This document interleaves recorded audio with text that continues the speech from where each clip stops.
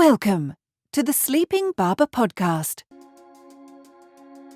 And we are live. Well, not live. This is recorded. Post-pod. Yeah, post-pod for Paul Dervan's episode. Yes. Mr. Paul Dervan AI himself. Yeah. Such an interesting conversation. I mean, it's been actually a couple of days since we recorded the podcast. So we're doing this a couple of days afterwards. But since then, I've been using AI way more. He's an influencer, I tell you. Influencer AI. I know. But what were some of the takeaways you had from that conversation? Ooh, we had, we felt like the conversation flowed so natural into different areas, which was, for me, always interesting. So the practical AI implications that kind of go beyond marketing was one. Mm-hmm. Sorry, I do have to acknowledge, like he did really talk about like what Miro is looking at from a big picture as well, like the evolution of the company and embracing things like AI and whatnot. I also enjoyed our conversation around the future of AI in marketing. Like I thought that was really interesting as well. There's a few things that we can pick out, but let me quickly start with, what do I pick here? The future of AI in marketing. Okay. So we talked about the AI literacy is becoming a key hiring factor. So like it's things that people are starting to look for. And I know we in the industry they're kind of called like prompt engineers. For me, it's less about being a prompt engineer. It's just being comfortable with the different tools that are available. And I would argue it was last week's Barber's Brief where you talked about nobody cares that you use AI. Oh, yeah. I think that got me like, you know what? That's right. Everyone's probably using it in some capacity. Use it so you can stay ahead. Use it so you can become, that voice in the room. But like we're even looking at it as, as a way to set yourself apart a little bit too. And I think it's important when we're looking at, how do we kind of integrate AI? I think for me, it's always been how to use it for the mundane tasks that we're operating in. But then I think that's one phase. I remember I was in a presentation with Microsoft, and Microsoft was talking about, it's like, you have to start thinking about AI as your own personal assistant, right? And then that allows you to think and go beyond what, say, rewrite this email for me, or, some of those oversimplified uses of the platforms. Right. So that's one thing. And then the second part to the future is like businesses should integrate AI into their workflows to remain competitive. So there's like a competitive angle there as well. So how can you look at your business to integrate AI either into workflows, or it could be, reviewing SOWs. It could be almost anything. I think I remember I told you about this incredible LLM that one of the DSPs was using, where your prompt becomes like what your campaign outline is, your spend, the audience you're looking to target, and then it drafts like a media plan for you. Yeah, that's pretty neat. Like that's, even if it's like, it gets you 20% there. Totally. It's not going to get you the whole way, but getting a head start like that. Well, and it can do it in 3 seconds, which is kind of, you could probably spend 20 minutes, an hour, just like refining the prompt and getting it to a place where you're probably comfortable about 40%, right? Yeah. But then of course get the humans on it and take that home. But like that kind of stuff just accelerates our ability to, I think about that because internally sometimes it's, you don't have time to go back to your agency because the business asks, hey, if I give you an incremental 50K, or here's 50K to do this, what can be anticipated? What would be your proposed like media, breakout? And also you're there with a team. You're like, okay, let's think about this logically. Something like this just helps accelerate that process. Yeah.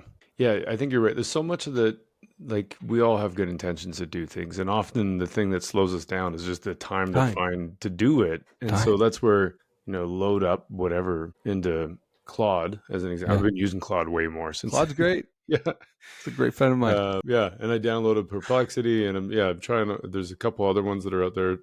We can put a list together actually of the ones that we talked about. But there's Claude, Mage, Relevance, Perplexity, Springboard. There's a Go Zigzag. The obvious ones like ChatGPT and Gemini and Canva, Miro, Descript, all that. But we can put a list together for anybody listening. But it's the time part. I remember when we talked to Peter Weinberg as well, that was one of the things that he had talked about, just the speed at which being able to produce a result and have something to talk against, as a point of reference. Yeah. Did you, sorry, I don't mean to cut you off, but did you see a report that the marketing architects did Elena Jasper, she talked about it in one of her posts, talking about synthesized audiences to kind of get a pulse on short term, like as a focus group. So it's basically Peter Weinberg's like company that they stood up there, and they're I don't remember the percentage, but it was in the 90s for short term outcomes. So like using synthesized audiences to help derive things like testing ads in the short term. It almost had like a 90% accuracy. I'll try to find the link for that because I think it was an interesting study, but I think it just goes to show you, and Peter was talking about this. He's like, we can have something in the inbox for the CMO over a weekend. Yeah, totally. Like, I'm sorry, man, you couldn't do that before. No, not even close. Yeah, and as long as you kind of check it and make sure there's no hallucinations in there, there's a lot of things you can pull. I know. And use. It's fascinating. The other stuff that for me that was also really interesting, going to the beginning part of the conversation we had with him was just part of I remember him talking about part of the reason why he wrote the book was because there's just a lot of mistakes in there. And he learned a lot from his own mistakes, like the difference between correlation and causation, which I thought was really interesting because I think and I don't know why this keeps coming up for me more and more, but taking credit for success when it's just the entire category that's growing. Yeah. Or, there's an impact because of weather or product availability, additional staffing. And so not just even taking credit for all the success, but also taking credit for the failure. Rarely ever just a result of marketing's ability or inability to deliver a result. Like there's often like a whole host of things that are happening there. It's a good point. And I really like that point because it was, you see that all the time. You think that, especially from a marketer's perspective, you feel like it's all on you to drive demand, right? And conversion and all that. And it's only a small part of the whole picture. Totally. Which I thought was really interesting. No, that's a great point. That is a great point. And then the category entry points conversation was really interesting also. Even from a time perspective he did that before with the Irish National Lottery, but then looking at it from Miro, I agree. Like the directional nature of using them is super helpful in terms of as a tool, rather than trying to do like segments or then what do you do with the segments and how do you figure that out? I mean, by going through a category entry point lens, it kind of gives you the type of messaging that you're trying to develop. And then also because, the size of the segments, so you can look at the prioritization of those segments, totally, the category entry points. Yeah. And then that helps you figure out like the product features you want to promote in those particular segments. And there's so many ways that you can use them. It's a really useful tool. And I don't want to call them the gift that keeps on giving. It helps so much. It helps with focus. It helps with, an element of segmentation. I think where you have to be careful is the over segmentation. I think that's the one thing we're coming to learn, that it's less about that, but using them in that directional nature of them, like you spoke to, I think is the way in and understanding.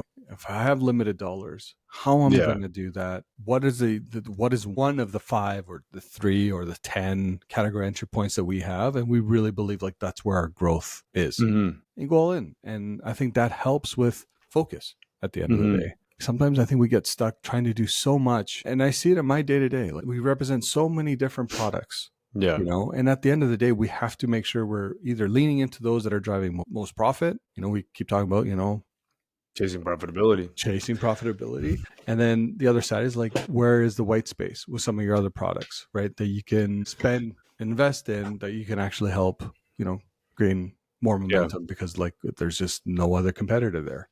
So there's a balance, but at the same time, these are businesses. So I've been using them as well with clients that I have. And it's interesting because I keep thinking about like Byron Sharp and the Ehrenberg Bass Institute with the idea around mass or sophisticated mass marketing. And it's an interesting statement to say. And I think category entry points are so practical in the sense of like all the reasons we talked about before. But it is about like, I think solving for that idea of over segmenting. Right? Because if you look at the category entry point, they're often bigger than the persona-based way to segment the market. I agree. And so do you need to segment that way based on personas, or do you need the category entry point and then the prioritization of, like, it might be that you have a persona that you want to speak to somewhere along the journey on the path to purchase, but it doesn't necessarily need to be the first message that you reach them at. Yeah. or reach them with, I should say. I'm starting to see less and less. I want to be careful how I say this, but I don't see personas really working the way they used to. I think, do they help in this like visualization to help with like, okay, who's that ideal customer? His name is Mark. Mark is, 18 to 25. He enjoys skiing, et cetera, et cetera. It can kind of give you a sense of like the type of people you want to target. But Dentsu's report, again, we talked about in the Barber's Brief last week, I think it was, talked about, it's less about the generational segmentation anymore. It's outcomes that you're looking for. Who's interested here? Who's not? And I think we're at a time right now where you have people in different. You and I are both Gen X, and our habits probably don't mimic typical Gen X. Right? But even at that, like, yeah, you're right. Like, what is the difference really between Mark, the 18 to 25-year-old skier, and then V, the 45 to 65-year-old skier? Come on, I'm not saying you're in that. I'm not saying you're 65, but I'm trying to think of another. Or Sally, who's the Sally, who's the mom, who's also 35, let's say, who's also like skiing. Like, are they that different? You know what I mean? Are we arbitrarily segmenting groups out? I think we are. It doesn't need to be segmented out. I agree. Yeah. I agree. The other one, when we kind of got talking to Paul also about just the national lottery and at that time they were one of the, or still probably are one of the best advertisers in the country. But he talked about how 50% of their ads still were sales activations, and there was that and all the kinds of production that go alongside with that. Coming back to the AI component, was a huge opportunity in his mind for having AI sort of disrupt some form of the creative process. Because if it's just about production, like individual little, this format, all that kind of stuff, with a specific offer or that kind of thing. Like, I think there's really interesting ideas there in comparison to the performance side of the campaigns that he was talking about, where you've got actors and you need to create a performance. It's harder to replicate that. It's kind of interesting. Yeah, I agree. I know we ended with some of the limitations and, AI's the current limitations. And I think we used Riverside as an example, if I remember correctly, talking about like you can actually synthesize voices now. Oh, yeah. With that, where I know we kind of tested it, and it's like I can hear both your voice and my voice in the output. I'm like, okay, if we were a person, I guess this is what we would sound like, which was really spooky, but really interesting at the same time because, you can insert words, you can use it different ways. But the one thing we kept, as a collective, kept coming back to is like the human element of storytelling is something that can't be replaced with AI yet. Right. And I think it's one of those things where when we're thinking about how can creatives continue to be creative, it's the art of storytelling, right? If you can speed up the process, the content processes, and that's not taking away some of the incredible creatives that we have that can create this stuff quickly as well. But I think in the world that we operate in, we often hear like speed over perfection, speed is always there. And this is where AI can potentially do a lot more heavy lifting than it has in the past. Totally. Yeah, I agree. I think the speed component, like you said, and coming back to something else you said at the beginning, just around thinking about AI as an assistant or an agent, depending on what you're thinking of, but like that it can help you get things done faster. Right. It can be really powerful for sure. Yeah, I agree. I see it in my day-to-day, man. It's not even something that you have to really stretch further. You can see it in your own applications and how you're using it, how I'm using it. And it helps. I'm telling you, it helps. Yeah. Even things like I haven't done this yet, but like loading in financial reports, like help me understand this. Yeah. Right? Like I should know Tone it down. Yeah. But like things like that you just would might be curiosities that you just don't have the time to invest in, but throw it into Claude or Perplexity or whatever and ask it to give you some ideas and insights and input. How many times have you been asked to join a meeting that is like off the cuff? It's not you haven't had enough time to really prepare. I've done this. And I'm like, okay, I'll find some emails that we talked about this. I'm going to synthesize it into, once it's a document, I'm going to put it into, hey, can you help me understand some of the nuances or some of the things that, I could be potentially asked, or questions I should be considering, anything like that to help guide the conversation. Do I use it in terms of like word for word exactly? No. Yeah. But is it there directionally? Yes. It just helps. It helps. Totally. Yeah, that's cool. It's really such cool an stuff. Interesting conversation with him. Like, I agree. Just getting me to think so differently about all this. And what I think is interesting about Miro is really high probability, I'm guessing, that they're building a lot of these frameworks into the 100%. Including all the things like the category entry points and mental and physical availability. And I'm sure there's going to be more and more stuff getting built in there. So super interesting. Couldn't confirm or deny. Yeah. Yeah. Right. The roadmap. Right. Yeah. It's good stuff though. Really good stuff. And with that, V, let's wrap it up here. Let's do it. Post-pod. That's right. Yeah. We did get some more snowflakes of profit dripping down. Profit flakes, like I think you called them last time. We did this. Yeah, it sounds like just a cereal. Just when we thought we were done with it, we're not. Here it is. That's Calgary. You expect it. Anyway, so yes, thanks for keeping us in your ears. Yeah, and Paul, if you're still listening, thanks for spending your time with us. We truly enjoyed your insights and your very astute. What's it called? My goodness, I'm blanking. Astute assessment of the current AI landscape, I think is the best way to put that. Yeah, it was pretty awesome. Okay, we'll talk to you soon, V. Yeah, buddy. Have a great rest of your day. Yep. Bye.